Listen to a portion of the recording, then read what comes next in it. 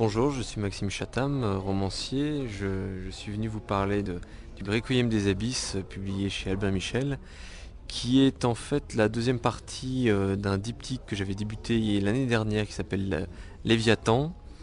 Et le sujet principal de ce diptyque, c'est la France en 1900, une France un peu ésotérique, un peu gothique, un peu policière, au sein de laquelle j'ai situé ces deux intrigues en deux romans, qui, à la lecture de l'ensemble du diptyque, finalement forment une troisième intrigue. Donc mon désir profond était finalement de retrouver les sensations de lecteur d'une littérature 19e qui m'avait beaucoup plu, qui est berceau du roman policier, du roman fantastique et gothique, et j'ai essayé de retrouver ces ambiances-là dans ce diptyque. Ce deuxième volume est centré essentiellement sur la France et non plus Paris qui était le personnage principal du premier roman. Cette fois-ci on suit toujours le même personnage principal, c'est-à-dire Guy de Timée, romancier de son état, accompagné de Faustine, la reine des Catins, qui l'a accompagné dans son exil dans le Vexin parisien, à environ quelques longues heures de calèche de Paris.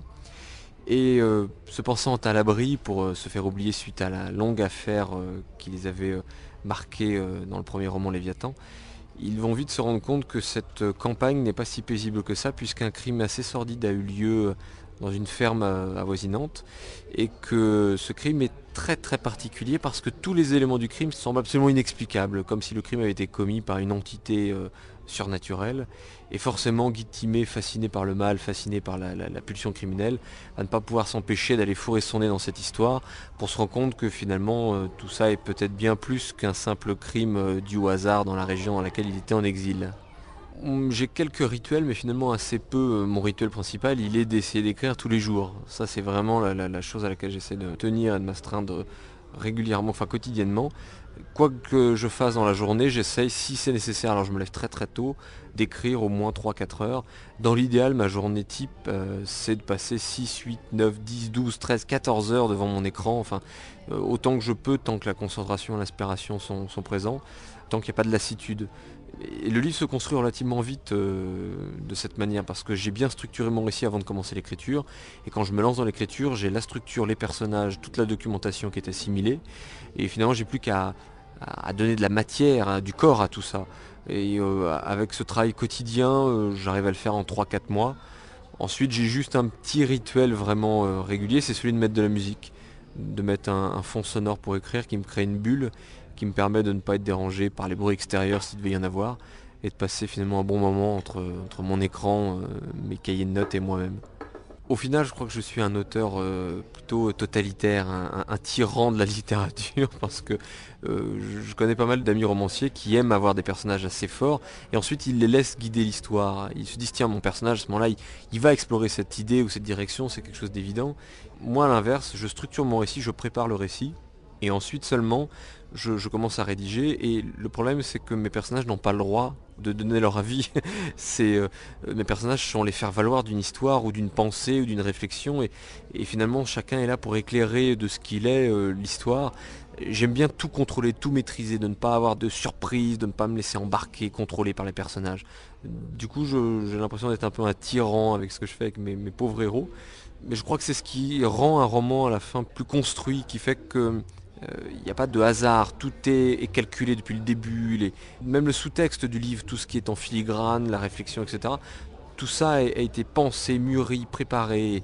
Et voilà, et si j'ai envie de faire des références à une scène de la Bible, par exemple, je peux la préparer longtemps en amont, et choisir le nom du personnage qui collera, le lieu, le nom de la rue, et travailler ensuite sur des champs lexicaux, avec des effets de style qui me permettront de renforcer encore plus cet aspect qui fait que, à mon sens, à la fin, le livre est abouti, et il est véritablement structuré du début à la fin et à tout moment.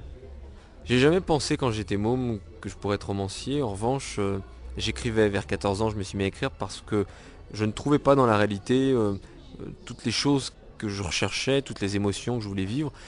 Moi, j'étais vraiment fan de Tom Sawyer, de Sherlock Holmes, de Jules Verne, de Tolkien, de Stephen King aussi, enfin des histoires un peu palpitantes. Et ce que je voulais, c'était vivre des aventures à mon tour. Je me souviens notamment de films comme Les Goonies, Stand By Me, des choses qui m'ont marqué, Willow. Je voulais vivre ça. Sa Majesté des Mouches, même, qui est un drame effroyable quand on lit le roman de Golding, finalement je me disais mieux vaut vivre ça que rien. même si c'est un drame, ça m'intéresserait. Et je trouvais pas ça. J'ai cherché, hein, par tous les moyens, j'ai cherché à vivre ces histoires-là, j'ai jamais réussi. Du coup, un beau jour, j'ai compris que la réalité ne me l'offrirait pas, que c'était du domaine du romanesque, de la fiction, l'aventure, la vraie aventure. Et du coup, je me suis mis à me la créer, je l'ai vécu par la procuration de la littérature, et c'est comme ça que petit à petit, je me suis mis à m'inventer des histoires de plus en plus denses, de plus en plus longues, qui sont devenues des nouvelles, puis des romans, et jusqu'à 21-22 ans, je ne le faisais que par compensation, jamais en pensant que ça pourrait être un métier, parce que ça ne semblait d'ailleurs pas possible d'en faire un métier. Je ne savais pas qu'on pouvait être romancier à temps complet comme profession. Et c'est vers 21 ans à peu près que j'ai eu le déclic en me disant, bon, j'ai essayé plein de métiers, clairement je crois que je reviens toujours à la même chose, ma passion, ma vie c'est l'écriture, c'est les mots, c'est m'inventer ces histoires. Je crois qu'il n'y a pas de miracle, il faut vraiment que je fasse tout pour essayer de me rapprocher d'un métier qui serait lié aux mots. Et c'est comme ça que les choses se sont faites petit à petit. Le simple fait d'un jour arriver en librairie et de voir son livre, la couverture, le titre, le nom, de feuilleter, de se rendre compte que c'est ces mots, il y a un effet qui est très paradoxal. Le premier, c'est une fierté très intense de dire mais j'ai réussi, ça y est, j'ai mon livre, maintenant j'en vendrai peut-être pas un exemplaire, mais je l'ai entre les mains, c'est un vrai livre. Et puis l'autre élément, c'est quelque chose que subitement de relire, de se rendre compte que toutes ces phrases, subitement parce que c'est devenu un livre, c'est plus tout à fait mes phrases. Il y a une sorte de distanciation qui s'est créée d'un coup et le livre a cessé de m'appartenir totalement, il est devenu celui des autres. Et je me souviens de cette émotion et c'est assez ambigu, cette fierté et en même temps ce sentiment de dire bah ça y est, c'est plus mon livre, il est aux autres maintenant. Et à partir de là, c'était mais alors si jamais il n'y a aucun succès, que personne ne le lit ou que les critiques sont pas bonnes, ça veut dire que toutes les raisons pour lesquelles j'écris ce livre, cette quête de non-solitude, cette quête de vouloir partager certaines émotions et de se créer des aventures, elle n'est pas partagée par les autres. En tout cas, la manière dont je l'ai formalisé, dont je l'ai réalisé, n'est pas en adéquation avec les autres. Et du coup, je me disais, ça sera effroyable, je vais me sentir plus seul encore que je me suis jamais senti. Et c'était une angoisse. Et de se rendre compte assez rapidement qu'il y avait un vrai succès derrière, m'a rassuré énormément et m'a fait dire que toutes ces émotions, toutes ces angoisses, toutes ces envies aussi qui me poussaient vers l'écriture étaient partagées. Que c'était pas quelque chose d'un pauvre type dans un coin, mais que c'était quelque chose d'humain au sens global du terme. Et ça m'a fait un bien fou et ça m'a poussé, ça m'a porté vers la suite, vers l'écriture d'autres livres. Je crois que les romanciers ont finalement un rôle qui est très très très très large. Je ne pense pas qu'une société sans romancier, sans artiste finalement puisse vivre. Ce serait pas une société, ce serait une société sur un pied et elle finirait par boiter tellement qu'il y aurait une sorte d'érosion de cette société avec des conséquences graves à terme. Définir le rôle précis du romancier, j'aurais du mal. Je serais tenté de dire que on est là aussi pour faire à la fois une forme de catharsis. On est là également pour créer une projection, un double nécessaire à la société et au lecteur. Le lecteur se plonge dans un roman parce qu'il a besoin d'une sorte de prolongement éthéré de son monde affectif et de son monde imaginaire. Et la littérature sert à ça, à nourrir ce prolongement, ce double, cette vie parallèle qui nous nourrit d'une manière ou d'une autre, que ce soit au niveau de nos angoisses, de nos envies, de nos désirs, de nos fantasmes, peu importe. Ils sont multiples et variés et c'est la richesse aussi de l'art en général.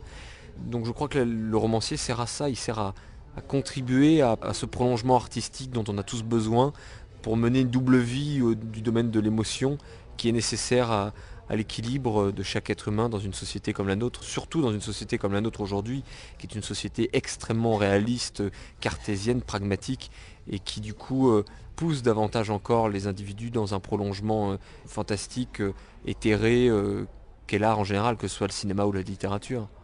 Je voudrais terminer en vous souhaitant une très très bonne lecture, parce que le Requiem des Abysses, c'est un voyage dans le temps, un voyage qui, à mes yeux, est celui de la naissance de notre société telle que nous la connaissons aujourd'hui au XXe siècle, au XXIe siècle naissant même, et de se rendre compte qu'en 1900, à Paris, s'est cristallisé ce qu'allait devenir notre monde, cette mondialisation, cette industrialisation massive.